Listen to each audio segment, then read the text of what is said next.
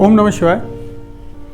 आज हम ज्ञान सूत्र में लेते हैं योग क्या होता है। हमने ज्ञान सूत्र 2 में 3 प्रकार के योगों की बात की थी और कई सारे योग हैं जो इसके ही डेरिवेटिव्स हैं।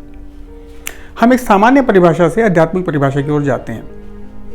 योग का सामान्य हिंदी में अर्थ होता है जोड़। अंक गणित में 2 अंकों को जोड़ते हैं तो हम उसको योग कहते हैं। अध्यात्म में समान अर्थ है पर थोड़ा सा अलग है। अध्यात्म में योग है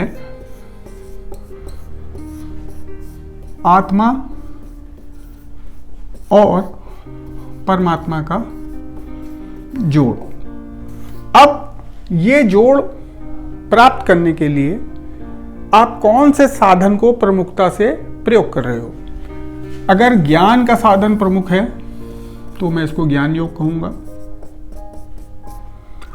भक्ति का प्रमुख है तो भक्ति योग होगा।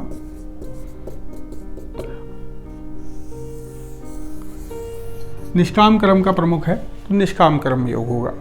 जो साधन प्रमुखता से मैं प्रयोग कर रहा हूं उस प्रकार का मैं इसको योग कहूंगा। निष्काम कर्म योग को परिभाषित करते हुए कृष्ण ने योग की जो परिभाषा दी है हम उस पर आते हैं। योगः कर्मसु कौशलम। भगवान कृष्ण कहते हैं कि कर्मों में कुशलता ही योग है। अर्थात कर्मों को अगर कुशल बना लो तो वही योग हो जाएगा, कर्म योग हो जाएगा, निष्काम कर्म योग हो जाएगा।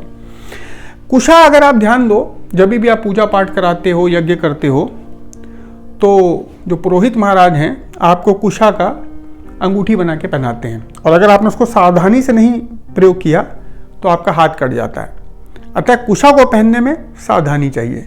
वहीं से कुशलता शब्द आया है कि कर्म एक ऐसी वस्तु है कि इसको सावधानी से करो वरना कट जाओगे, क्योंकि कर्म ही बंधन देगा और कर्म ही मुक्ति देगा। अगले ज्ञान सूत्र में हम इसको और लेंगे। ओम नमः शिवाय।